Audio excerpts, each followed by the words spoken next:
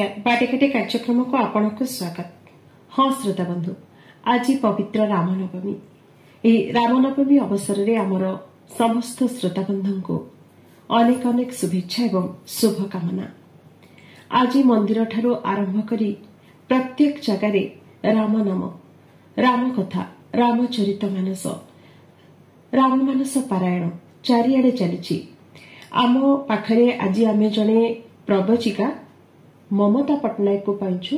आसंतु सुनिबा से राम जन्म को उद्देश्य रे कौन कहउछंती।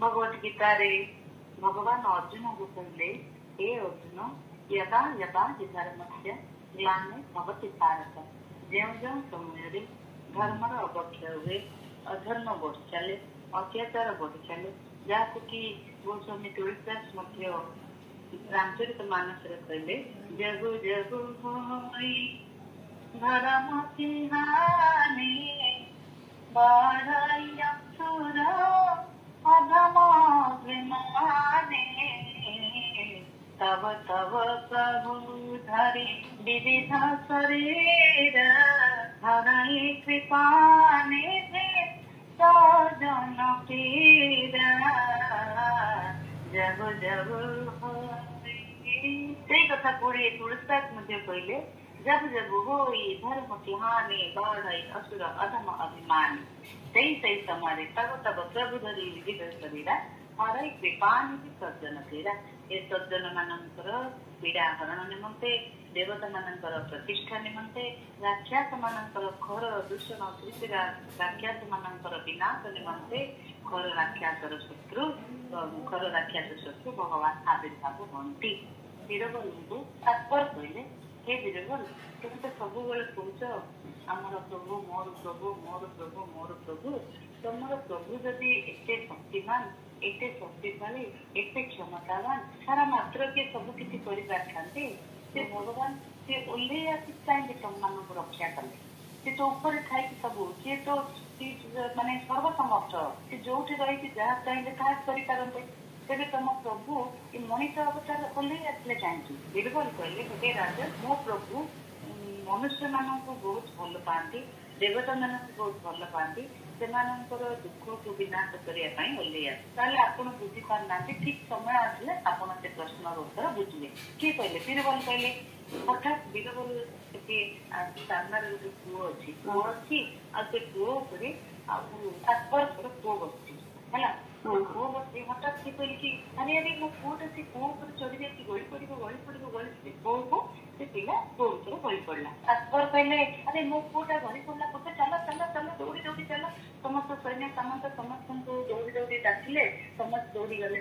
दौड़ी गला बेले आत्मा कौन कर देखिले, तल को देखु देखु सी न देखिकी अन्य मान अपेक्षा न करी निजे पुओ भितर दे पड़े।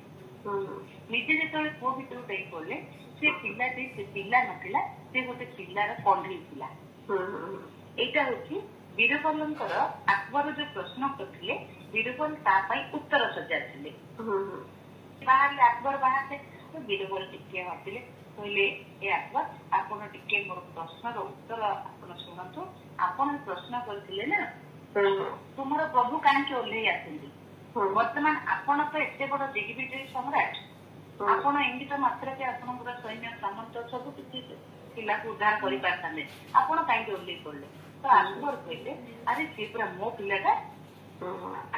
तब बीरबल कहले, एठी ये होची प्रभु आम समस्त को आमे प्रभु भावती मोर संतान मोर संतति, आमे समस्ते परम पिता परमेश्वरंकर ईश्वर अमृत संतान। से संतान मानकर पृथ्वीर महिर भार हरण करने निमित्ते आमर मोर प्रभु अवतरण कले बोले जाइले।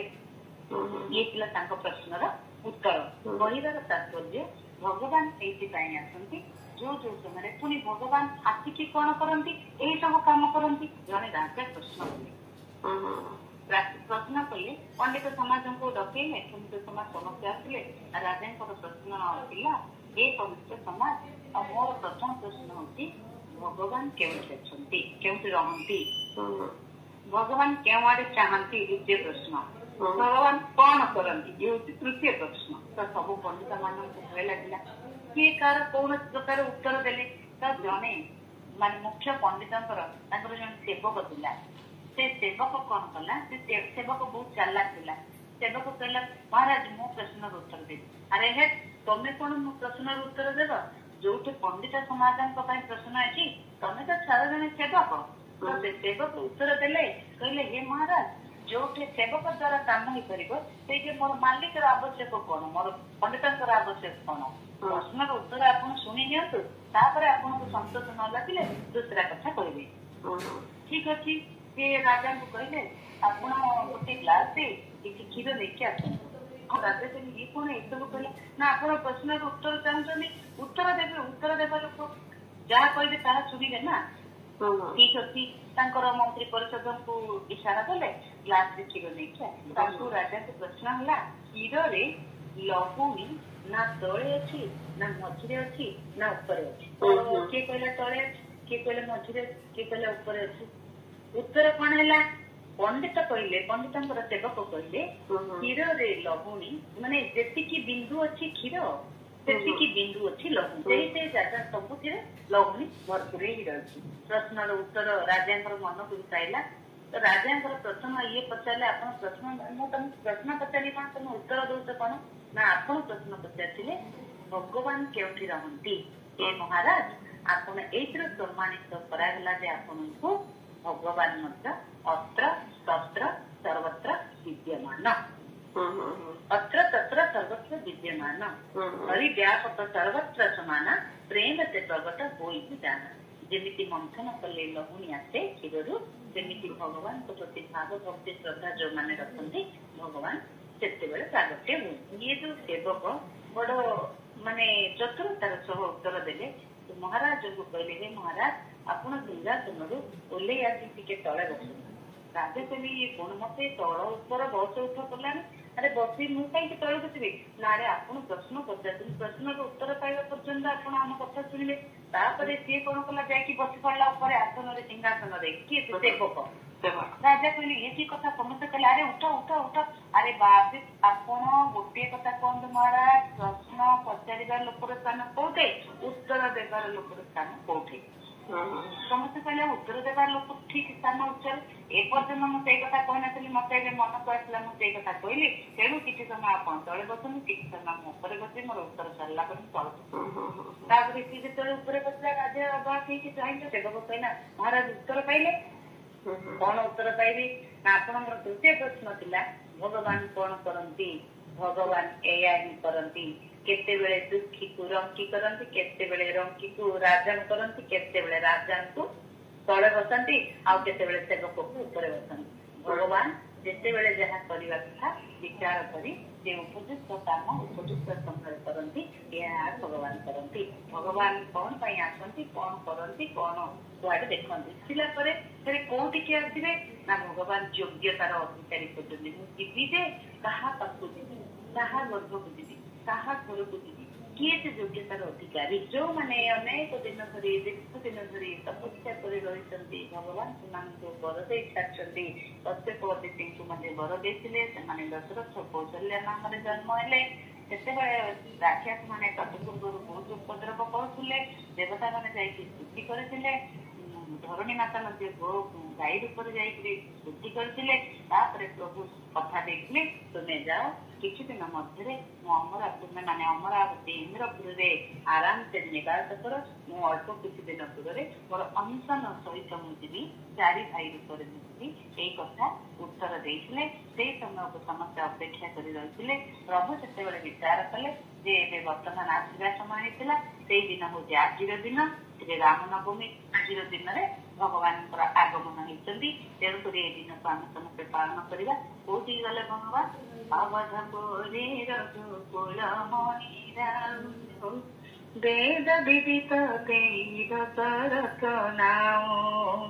ଅବଧପୁରୀ ରଘୁକୁଳ ମଣିରାଉ, ବେଦ ବିଦିତ ଦେଇ ଦଶରଥ ନାଉ। ଧର୍ମ ଧୁରନ୍ଧର ଗୁଣ ନିଧି ଜ୍ଞାନୀ, ହୃଦୟ ଭଗତି ମତି ସାରଙ୍ଗ ପାନି। श्रीराम जय राम जय जय राम राम लखन सिया सुंदर श्याम सुंदर श्याम। धन्यवाद मैडम। वर्तमान आम सहित अच्छा संस्कृत पंडित सचिदानंद पुरोहित रामंकर केउ सब आदर्श बा केउ सब गुण जोटा कि आमर युवपीढ़ी बा आमर छात्र समाज ताको ग्रहण करने आवश्यक से विषय कौन कहते आसतु जाना। जय श्रीराम। आज ये पवित्र रामनवमी अवसर में समस्त को शुभेच्छा अभिनंदन। प्रकृत में मर्यादा पुरुष प्रभु श्री रामचंद्र आज धरावतरण दिवस। प्रकृत में राम नामर महात्म्य जहाँ अच्छी प्रकृत में कहुई राम नाम की रस अच्छी जी पान करे सी जानी। तेणु महर्षि वाल्मीकि भगवान रामचंद्र को उद्देश्य लिखिले जे राम पन्नाम महिमा वर्ण्यते केन वा कथम जत प्रभावात अहं राम ब्रह्मसिद्धं अवाप्तवा। हे प्रभु रामचंद्र आपण नामर महिमा मु किपरि वर्णना करी जो नाम को स्मरण करी मु ब्रह्मसिद्ध लाभ कली। तेणु यहपरि से मर्यादा पुरुष रामचंद्र राम नामर महात्म्य रही एवं कहुए जे प्रकृत में जदि आम जिते सब पौराणिक ग्रंथ पढ़ुचु आम तो रामायण को आम पौराणिक ग्रंथ कहवानी आम ऐतिहासिक ग्रंथ कहवा। प्रकृत में समस्त आदर्श चरित्र आधार हूँ रामायण ग्रंथ एवं स्वयं रामचंद्र होते मर्यादा पुरुष रामचंद्र। प्रकृत में जीवन आदर्श जहाँ थिला प्रत्येक क्षेत्र जन्म आरंभ कर निजर देह त्याग व शरीर त्याग कला पर्यंत प्रत्येक क्षेत्र में सी जहाँ भी कर समाज समाज उद्देश्य कर निजर व्यक्तिगत स्वार्थ को जवाबदेही दे किपरि समाज उद्धार करा संसार किपरि पाप भार मुक्त हम से कथा ही चिंता कर। तेणु जितेबले दशानन प्रकोप रावण प्रकोप जितेबले समग्र विश्व थर होता से भगवान धरावतरण करते से आसुरी शक्तिर विनाश करने एवं साधु सन्त इत्यादि रक्षा करने से तो भगवद गीतार भगवान श्रीकृष्ण कहते धर्म संस्थापना थाय संभवामी जुगे जुगे। तेणु भगवान स्वयं धरावतरण कर संसार को पाप मुक्त करने। तेणु रामचंद्र पिलाटी बेलू विशेषकर जो पितृभक्त एवं एक पत्नी व्रत बंधु सहित संपर्क एवं राष्ट्र उत्थान सब चिंता करने एवं साधारण जो दलित अनग्रसर लोक अच्छा कार्य करने से सबरी हाथ पैठा भी ग्रहण कर वनवासी जो मैंने अच्छा से संगठन करी आम बानर कहू कि भालू कहू जो कहू से एकत्रीकरण करी जे भितर गोटे संस्कार दबार सामर्थ्य से रखिंट। तेणु रामचंद्र केवल गोटे पुराण पुरुष नुहति रामचंद्र भितर गोटे समाज संस्कार गुण परिलक्षित हुए जहाँकि आज भी समस्त ग्रहण करने आवश्यक। तेणु जी बापांर सत्य रक्षा करने राजमुकुट को त्याग करदे। आजिकल समाज में कौन देखा जाए कि स्वार्थ छाड़े किंतु से पितांकर सत्य रक्षा करने निजर स्वार्थ को भी त्याग करते राति पाई राजा होते किंतु से राजत्व को प्रत्याख्यान करते बंधु सहित संपर्क कथा आलोचना करते कहते मुझे। तेणु ये जो तत्कालीन समय जो मैंने अनग्रसर अवहेलित थे जहाँकि सबर राजा कह निषाद राजा कथा कहवा। तेणु आम जो वर्तमान सामाजिक स्थिति कहे जो मैंने आदिवासी हरिजन एमानकर उत्थान आम सब चिंता करवा उचित से कथा तो आम त्रेता युग स्वयं रामचंद्र वर्णना कर अन्य दृष्टि देखा भक्त एवं भगवान संपर्क जदि आम अनुभव करा रामायण ग्रंथ में मिले प्रभु श्री हनुमान रामचंद्र प्रति जो भक्ति भाव ताहा तो सब अनन्य एपरी भक्त एवं भगवान संपर्क समाज में विरल। तेणु आम ये रामनवमी अवसर में भगवान रामचंद्र जो विशेष चरित्र रही विशेषकर जो पितृसत्य पालन कथा कहे एक पत्नी व्रत केवल माता सीता प्रति जो अवदान रही माता सीता प्रति जो सम्मान रही से कथा को आम ध्यान देवा दरकार से आम अनुभव करा दरकार समाज में नारी मान सम्मान देवा दरकार जहाँकि भगवान रामचंद्र एक अतुलनीय चरित्र से जत्र नारीस्तु पूज्यन्ते रमन्ते तत्र देवता। तेणु देवता मान जो नारी मान प्रति सम्मान थिला से सम्मान कथा भी आज आम समाज में देखा दरकार କେବଳ ରାମଚନ୍ଦ୍ରଙ୍କୁ ପୂଜା କରିବା, ରାମଲାଲାଙ୍କର ଆଗମନ ହେଲା ସେ କଥା ଚିନ୍ତା କରିବା, କେବଳ ଧାର୍ମିକ ପରିବେଶ ଭିତରେ ରହିବା ସେ କଥା ନୁହେଁ। ରାମଚନ୍ଦ୍ରଙ୍କର ଯୋଉ ଜୀବନ ଚରିତ୍ର ଅଛି, ସମାଜ ପ୍ରତି ଯୋଉ କର୍ତ୍ତବ୍ୟ ରହିଛି, ତାଙ୍କର ବ୍ୟକ୍ତିଗତ ଚରିତ୍ର ଯେପରି ଶୁଦ୍ଧ ରହିଛି, ସେହିପରି ଆମେ ମଧ୍ୟ ନିଜକୁ ବ୍ୟକ୍ତିଗତ ଚରିତ୍ର ଦୃଷ୍ଟିରୁ ଶୁଦ୍ଧ କରିବା ଆବଶ୍ୟକ ଏବଂ ସାମାଜିକ ଚରିତ୍ରକୁ ମଧ୍ୟ ଆମେ ଗ୍ରହଣ କରିବା ଆବଶ୍ୟକ। ତେଣୁ ସମାଜରେ ଆମେ ଅନେକ କଥା ତାଙ୍କ ଜୀବନରୁ ଶିଖିବା ଆବଶ୍ୟକ।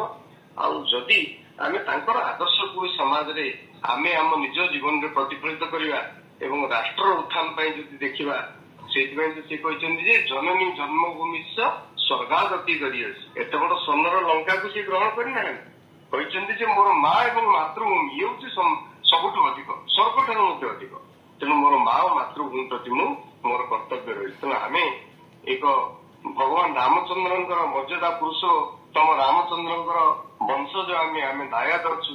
ତେଣୁ ଆମେ ତାଙ୍କର ଚରିତ୍ରକୁ ଜୀବନରେ ଅବଲମ୍ବନ କରିବା ଏବଂ ଏ ରାଷ୍ଟ୍ର ସମାଜର ଯଦି ଉତ୍ଥାନ କରିବା, ତାହେଲେ ପ୍ରକୃତରେ ରାମନବମୀ ଯୋଉ ଉତ୍ସବ ରହିଛି ବା ଭଗବାନ ରାମଚନ୍ଦ୍ରଙ୍କ ଯୋଉ ଗ୍ରାବତରଣ ରହିଛି, ତାହା ପ୍ରକୃତରେ ସାର୍ଥକ ହେବ ଏବଂ ସମାଜ ପାଇଁ ଉପଯୋଗୀ ହେବ।